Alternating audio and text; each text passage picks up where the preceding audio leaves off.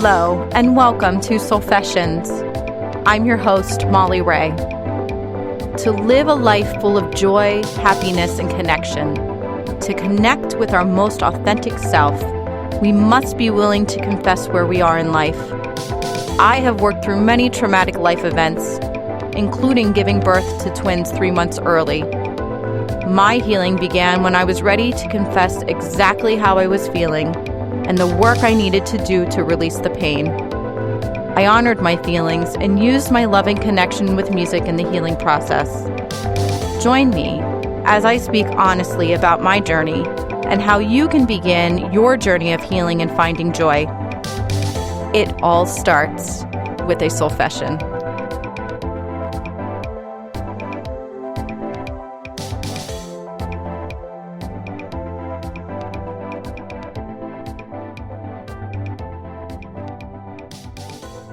Hello, and welcome back. Thank you so much for tuning in with me this week. Last week, we talked about receiving. And one of the biggest things that I focused on this week after doing that podcast and releasing it was trying to pay more closer attention on receiving the little things.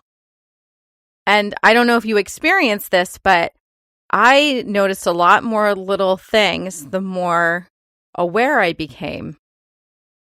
But the biggest thing that I started noticing by paying closer attention to receiving was the fact that I was being more present in the moment.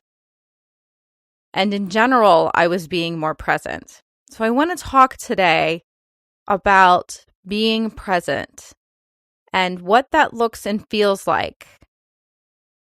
So for me, I have to say, being present has not been something that I've been real good at. I like to brag about the fact that I am able to multitask. And multitasking is great.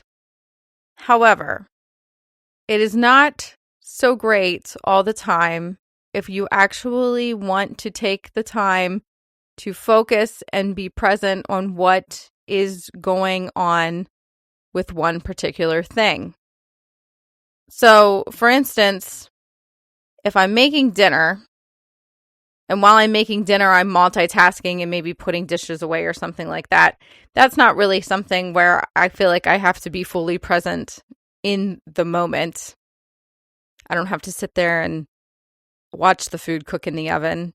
But, when it comes to my children, and when it comes to my husband, and when it comes to spending time and hanging out with friends and family, or even just focusing on one work project at a time, or one task I want to get done in the house at a time, I'm finding that I'm slowing my mind down and giving myself the ability to just stay focused and be present in that particular thing that I'm doing. And I know for me personally, when technology became a big thing and smartphones came out, I'm probably dating myself a little bit, which is fine, but I am in my 30s, so I kind of had the unique ability of being old enough to see all the changes made, but still self-aware of how things were changing. I guess that's the best way of putting it. But I've noticed now with social media and email and all of these things that we can get right away, those are my biggest distractions. I could be sitting there focused on something, and then suddenly I'm like, oh, I wonder if anybody's commented on this, or I might get a notification from Instagram, and I'll go, oh, what is that? And then I get off track of what I was doing, or I get sidetracked and I'm not present in the moment anymore. Does that sound familiar to all of you listening out there? If it doesn't, please pop on my Facebook group page and give us all the little things that you're doing to stay present, because we would all like to know. But I do want to share with you some of the things that I am doing now to stay more present. And I am definitely being more present now than I ever was before technology became such a big thing. Because I think I was a little bit better at this before the smartphone craze. At least I'd like to think that I was. Okay. So one thing that you could do is get rid of the notifications on your cell phone. And I'm going to do that as well. Because guess what? That is fantastic if somebody liked your post, but you don't have to see it in real time. You can actually go set up a time to check that later on or after you're done with your task. And we are going to have to start to retrain ourselves to be present, to be focused, and to stay present. Get rid of your notifications on your phone. All right, the next thing. What I want you to do is this week, when you choose something to focus on, we'll just say work-wise or family-wise, if your mind starts to wander from that present situation, what I want you to do is I want you to take that thought and allow it to just drift out of your mind. This is something that's very popular in meditations. A lot of times when you meditate, or if you're learning how to meditate, your mind can be very jumbled up. And part of meditating is learning how to let those thoughts go. So you can honor the fact that the thought's coming in, but you want to make sure that you are equally allowing it to go. If this is a thought or something that is important that you need to get to later, then I'm going to suggest keeping a small notebook or piece or anything that you can do to write something down, or the notes section in your phone very quickly. If it's something that you absolutely need to get to and you don't want to forget about it, jot it down very quickly and allow yourself to immerse back into the present and what is going on. Another thing that you can do if your mind is starting to wander all over the place is take a minute and start looking around at what is presently in front of you. So you could look down and say, here are my hands, or I'm sitting on this chair, or so-and-so is speaking to me right now. Bring your mind back to the front, to the present, to the situation that you are presently in. And try that and see if that starts to allow you to be in the moment. And another thing that I have found that's helping me to stay present is taking the time to be in the moment and then be grateful for the moment that I'm in. And I have to say, one of the hardest times for me to be present is many times with my kids. And for me, the reason why that is happening is I have some work I still need to do. And what I mean by that is my girls came into this world 3 months early. And I know I've talked about this briefly. And I really am going to talk about this more in depth in future podcasts. But we had to go through a lot of trauma in the beginning stages when they were in the NICU and had so many medical things that for me, when I was present in the moment in the NICU, taking care of them and just being there for them, part of me wasn't really there, because there was part of me, and it was the emotional part of me, that really shut down in the moment.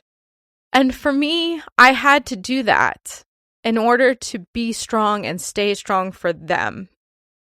And if there's anyone out there that has experience with having premature babies or babies who were born in the NICU, or parents of children who have had to have multiple operations, or even an operation or something that caused them to have to go to the hospital or have a traumatic kind of event or experience, I would love to hear from you if this is kind of how you handled it. Because for me, in that moment, in that 5 months we spent in the NICU, all I knew was I had to be strong and I had to be there for my babies and I had to do everything that I humanly possibly could do to keep them alive. So I did not have time to cry about it. And I didn't have time to really fully be present. Because I knew if I was fully present, I would probably fall apart on the floor and be a complete hot mess, and I couldn't do that for the kids. Now, mind you, I would go home and ugly cry.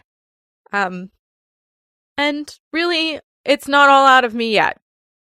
I have one daughter who just had her 10th surgery last month. We had to do 2 surgeries this month, or not this month, but within the last year.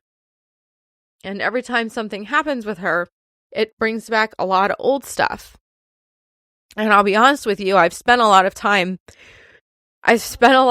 feeling when they got past the feeding tubes and past all the medications and past all of the extra therapies and were growing and gaining weight and thriving and all of those fantastic things. That's when my body went, okay, it is time for you to deal with this. You've shoved it down for way too long. You have to let it go.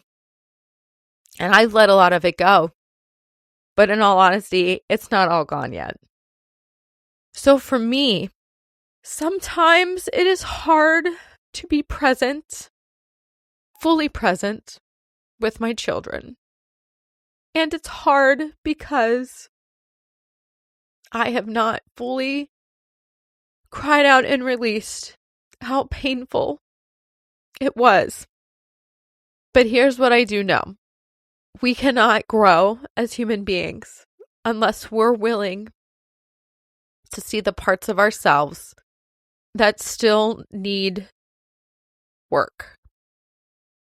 And part of our ability to be able to grow and to continue to grow on a soul level is if we honor ourselves where we are at.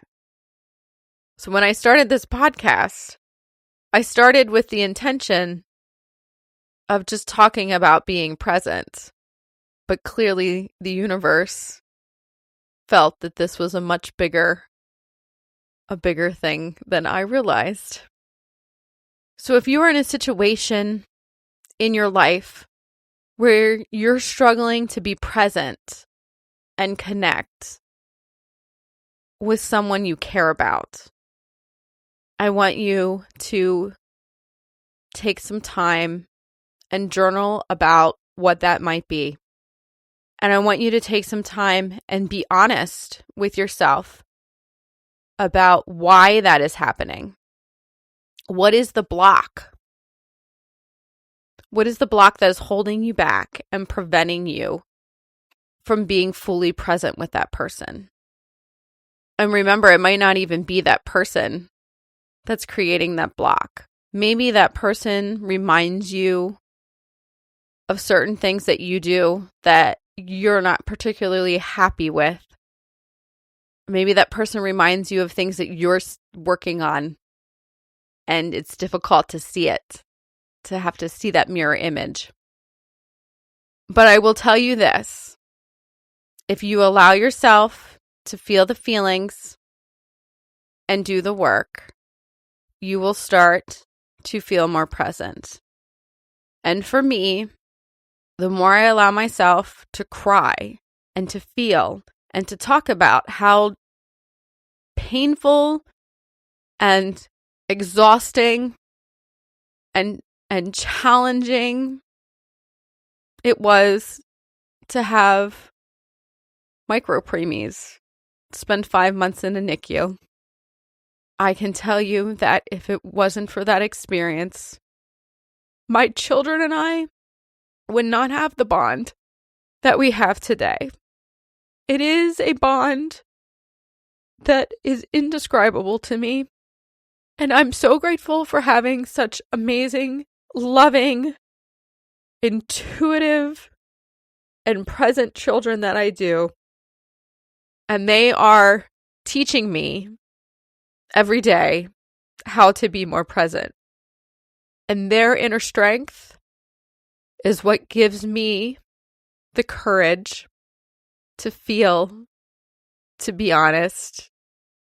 And it gives me the courage to continue to do my work so that I can be the best version of myself for them.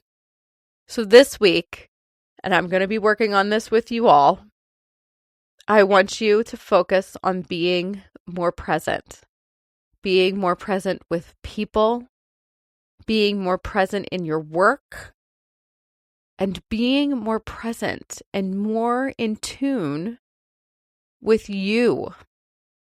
Tune in to you.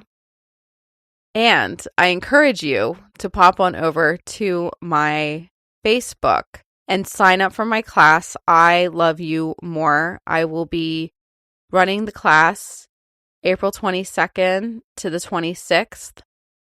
It is a free class, and I'll be running it in my Facebook group. I also, though, will be creating a free downloadable course for it as well. So if you are listening to this podcast and it is after April 22nd, you can still get on my website and download the class. So be present, open your heart to receiving, and allow yourself to be honest and do your work and feel your feelings so that you can continue to connect with those around you and with yourself. Many blessings to you. Love and light. Thank you for tuning in with me today. If you are enjoying the podcast, please like it and share it with your friends and family. To learn more about my soul movement coaching, sound therapy, and other services, you can visit my website at www.tuneinwithmolly.com.